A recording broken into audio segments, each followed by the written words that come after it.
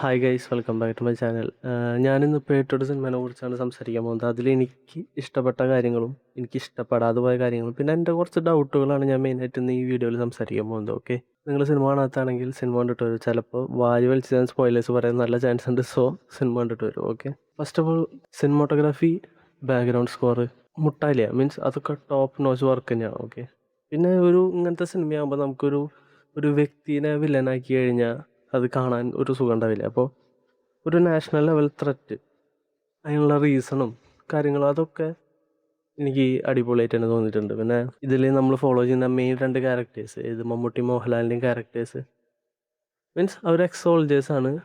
അവരുടെ prime time കഴിഞ്ഞിട്ടുള്ള ഒരു സോൾജേഴ്സാണ്. മീൻസ് ഞാനിങ്ങനെ പറയാൻ കാരണം അവരുടെ പ്രൈം ടൈമിൽ അവരാരായിരുന്നു എന്ന് ഫഹദ് ഒരു ഡയലോഗിൽ പറയുന്നുണ്ട്.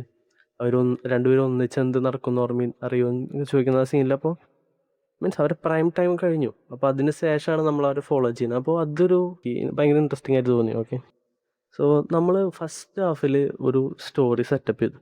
ഓക്കെ, ഒരു നാഷണൽ ലെവൽ ത്രെറ്റ് നമ്മൾ പറഞ്ഞാൽ നമ്മുടെ ഫോണ് അല്ലെങ്കിൽ ലാപ്ടോപ്പ് ഇതൊക്കെ ഹാക്ക് ചെയ്യണമെങ്കിൽ നമ്മളായിട്ട് തന്നെ എന്തെങ്കിലും ചെയ്യണം. മീൻസ് എന്തെങ്കിലും ലിങ്ക് ക്ലിക്ക് ചെയ്യുക അല്ലെങ്കിൽ നമ്മൾ ആർക്കെങ്കിലും കൊടുക്കുക, അങ്ങനെ എന്തെങ്കിലുമൊക്കെ ചെയ്യുമ്പോഴാണ് നമ്മുടെ ഇതൊക്കെ ഹാക്ക് ചെയ്യപ്പെടുക. മീൻസ് പക്ഷേ നമ്മളുടെ ഒരു കൺട്രോളും ഇല്ലാതെ നമ്മുടെ ഫോണോ ലാപ്ടോപ്പോ സിസ്റ്റോ എന്തും ഏതായിട്ടാണെങ്കിലും വിത്തൗട്ട് പെർമിഷൻ ഒരു ടേക്ക് ഓവർ ചെയ്യാൻ പറ്റുന്ന ഒരു പ്രോഗ്രാം മീൻസ് പെരിസ്കോപ്പ് എന്ന് പറയുന്ന ഒരു പ്രോഗ്രാം. അപ്പോൾ ഇതിൻ്റെ ഡേഞ്ചർ എത്രയാണെന്ന് ചോദിച്ചാൽ, ഇപ്പോൾ നമ്മുടെ കാറുകളിലൊക്കെ ഈ ഓട്ടോമാറ്റിക് ബ്രേക്കിംഗ് സിസ്റ്റം ഉണ്ട്. മുമ്പിൽ വണ്ടികൾ ഒരു സ്പീഡിൽ പോകുകയാണെങ്കിൽ മുമ്പിൽ പെട്ടെന്നൊരു വണ്ടി വന്നാൽ ഓട്ടോമാറ്റിക് ബ്രേക്ക് ചെയ്യാനുള്ള ഒരു സിസ്റ്റം ഉണ്ട്. അപ്പോൾ നമ്മളുടെ പെർമിഷൻ ഇല്ലാണ്ട് ഇതൊന്ന് ഹാക്ക് ചെയ്യപ്പെട്ട ആളുടെ അവസ്ഥ ആലോചിക്കുക. നമ്മളൊരു 100-120 സ്പീഡിൽ പോവുകയാണ്.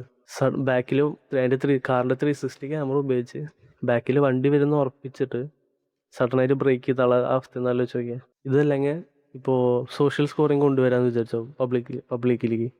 മീൻസ് നമ്മുടെ സോഷ്യൽ മീഡിയ യൂസേജ്, നമ്മൾ കാണുന്ന വീഡിയോസ്, നമ്മൾ ലൈക്ക് ചെയ്യുന്നത്, നമ്മൾ കമൻറ്റ് ചെയ്യുന്നത്, ഇതൊക്കെ യൂസ് ചെയ്ത് നമുക്കൊരു സ്കോറിങ് കൊണ്ടുവരാണ്. നമ്മൾ ഈ ക്രെഡിറ്റ് സ്കോറൊക്കെ ഇല്ലേ, അതുപോലെ ഒരു സ്കോറിങ് കൊണ്ടുവരാണ്. ഇത് ഉപയോഗിച്ച് മാത്രമേ നമുക്ക് റേഷൻ വാങ്ങാൻ പറ്റുള്ളൂ അല്ലെങ്കിൽ എന്തെങ്കിലും പർച്ചേസ് ചെയ്യാൻ പറ്റുള്ളൂ. മീൻസ് നമ്മൾ ഏത് പാർട്ടിക്കാണോ വോട്ട് ചെയ്യാൻ പോണേന്ന് വരെ അവർക്ക് മനസ്സിലാവും. എങ്ങനെ നമ്മൾ കാണുന്ന വീഡിയോസിൻ്റെ ഈ സ്ട്രക്ചർ നോക്കിയിട്ട്. ഓക്കെ, ഇത്രയും വലിയൊരു നാഷണൽ ത്രെറ്റിനെ സെക്കൻഡ് ഹാഫിൽ അവർ ജസ്റ്റ് കുട്ടികൾ കൊടുക്കുന്ന ലാപ്ടോപ്പ് സ്കീമിൽ മാൽവെയർ കയറ്റി അവരെ സ്പൈ ചെയ്ത് അവരെ വിഷ്വൽസ് ലോൺ കൊടുക്കുന്ന ആൾക്കാർക്ക് കൊടുത്ത് ആ ബ്ലാക്ക് മെയിൽ ചെയ്യുക, പൈസ ഈ അത്രയും വലിയ ത്രെറ്റിനെ അങ്ങനെ കൊണ്ടുപോയി എൻഡ് ചെയ്തത് എനിക്ക് ഭയങ്കര ഡിസപ്പോയിൻറ്റിങ് ആയിരുന്നു. സെൻസർ ബോർഡ് സമ്മതിക്കുമെന്ന് എനിക്കറിയില്ല ഇങ്ങനെ ശരിക്കും അങ്ങനെയൊക്കെ കാണിക്കാൻ. അതൊന്ന്. പിന്നെ സെക്കൻഡ് എൻ്റെ ഒരു ഡൗട്ടാണ്. ഓക്കെ, പെരിസ്കോപ്പ് എന്ന് പറയുന്ന പ്രോഗ്രാമിന് ഇൻ്റർനെറ്റ് കണക്റ്റഡ് ആയിട്ടുള്ള എന്ത് ഐറ്റവും ഹാക്ക് ചെയ്യാമെന്നാണ് പറഞ്ഞത്. പക്ഷേ ഈ ലാപ്ടോപ്പ് സ്കീമിൽ പെരിസ്കോപ്പിൻ്റെ ആവശ്യമുണ്ടോ ശരിക്കും? ഗവൺമെൻറ് അല്ല, ആ ടീമുകളായിട്ട് കൊടുക്കുന്ന ഒരു ലാപ്ടോപ്പ്, ആ ലാപ്ടോപ്പിൽ ഓൾറെഡി സ്പൈങ് മാൽവെയർ കയറ്റിയിട്ടുണ്ട്. എന്നിട്ടാണ് കുട്ടികൾക്ക് കൊടുക്കുന്നത്, എന്നിട്ടാണ് സ്പൈ ചെയ്യുന്നത്. സോ അതിൽ പെരിസ്കോപ്പിൻ്റെ ആവശ്യമില്ലല്ലോ.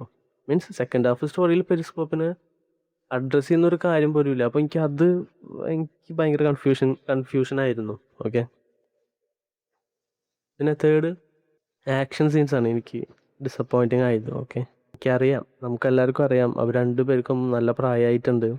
അവരെ കൊണ്ട് ഈ ഏജിൽ അങ്ങനെയൊക്കെ ചെയ്യിപ്പിക്കുന്നത് ആക്ച്വലി നമുക്കാണ് റിസ്ക്, അവർക്ക് എന്തെങ്കിലും പറ്റുക.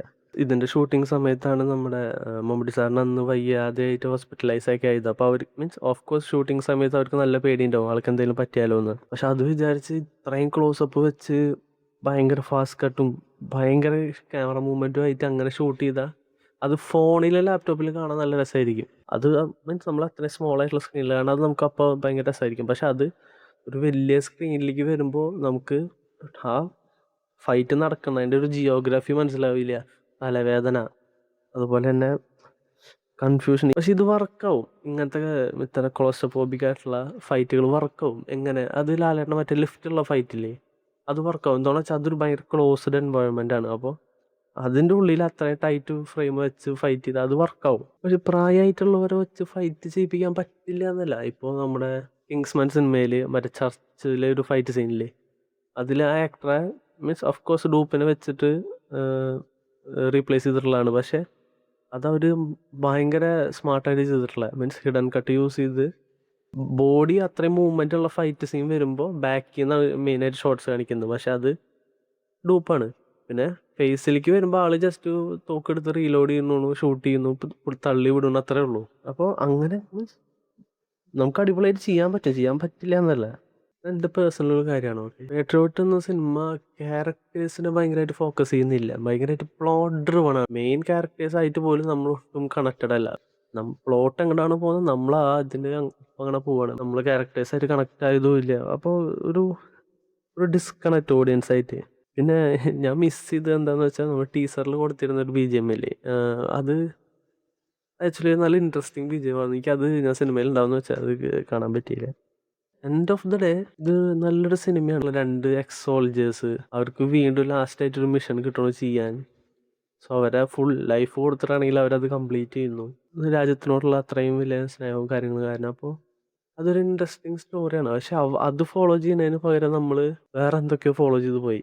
പിന്നെ നയൻതാരയുടെ character was just came and gone, that's all. അതിൻ്റെ ക്യാരക്ടറിൻ്റെ ഇടയിൽ വെച്ച് അവർ കഥ മാറ്റി ഷൂട്ട് ചെയ്തോ അറിയില്ല, അങ്ങനത്തെ ഒരു ഫീല് മൊത്തത്തിൽ. ഇതൊക്കെ എൻ്റെ പേഴ്സണൽ കാര്യമാണ്. ഓക്കെ, മീൻസ് നമ്മളൊരു നാഷണൽ ലെവൽ ത്രെറ്റ് എന്നുള്ളൊരു ഇതിൽ നിന്ന് തുടങ്ങിയിട്ട് പിന്നെ നമ്മളൊരു ലാപ്ടോപ്പും പിന്നെ ഒരു പെൺകുട്ടിയും അവിടെ അതിൻ്റെ ഉള്ളിലൊക്കെ ആയിപ്പോയി. പക്ഷേ ഒരു വൺ ടൈം വാച്ചബിൾ സിനിമ തന്നെയാണ്. ഒരിക്കലും ഞാൻ ഒരു മോശം സിനിമ എന്ന് പറയാൻ പറ്റില്ല. എന്താണെന്ന് വെച്ചാൽ making, music, visuals, of course Mammootty മോഹൻലാലും ഒരുമിച്ച് വരുന്ന സിനിമയാണ്. അപ്പോൾ ഒരു സെലിബ്രേറ്റ് ചെയ്യേണ്ട സിനിമയായിരുന്നു. മീൻസ് സെലിബ്രേറ്റ് ചെയ്യേണ്ട കണ്ടൻറ്റുള്ള സിനിമ തന്നെയാണ്. പക്ഷേ അവർ ആ കണ്ടൻറ്റിനെ ഫസ്റ്റ് ഹാഫിൽ വെച്ച് ഫോക്കസ് വിട്ടുപോയി. എനിക്കപ്പോൾ അതൊന്ന് ശരിയാക്കിയിരുന്നെങ്കിൽ പടം ചിലപ്പോൾ സെറ്റായേനെ. ഇതിങ്ങനെ ഇത് പറയണമെന്ന് തോന്നി. അയ്യോ.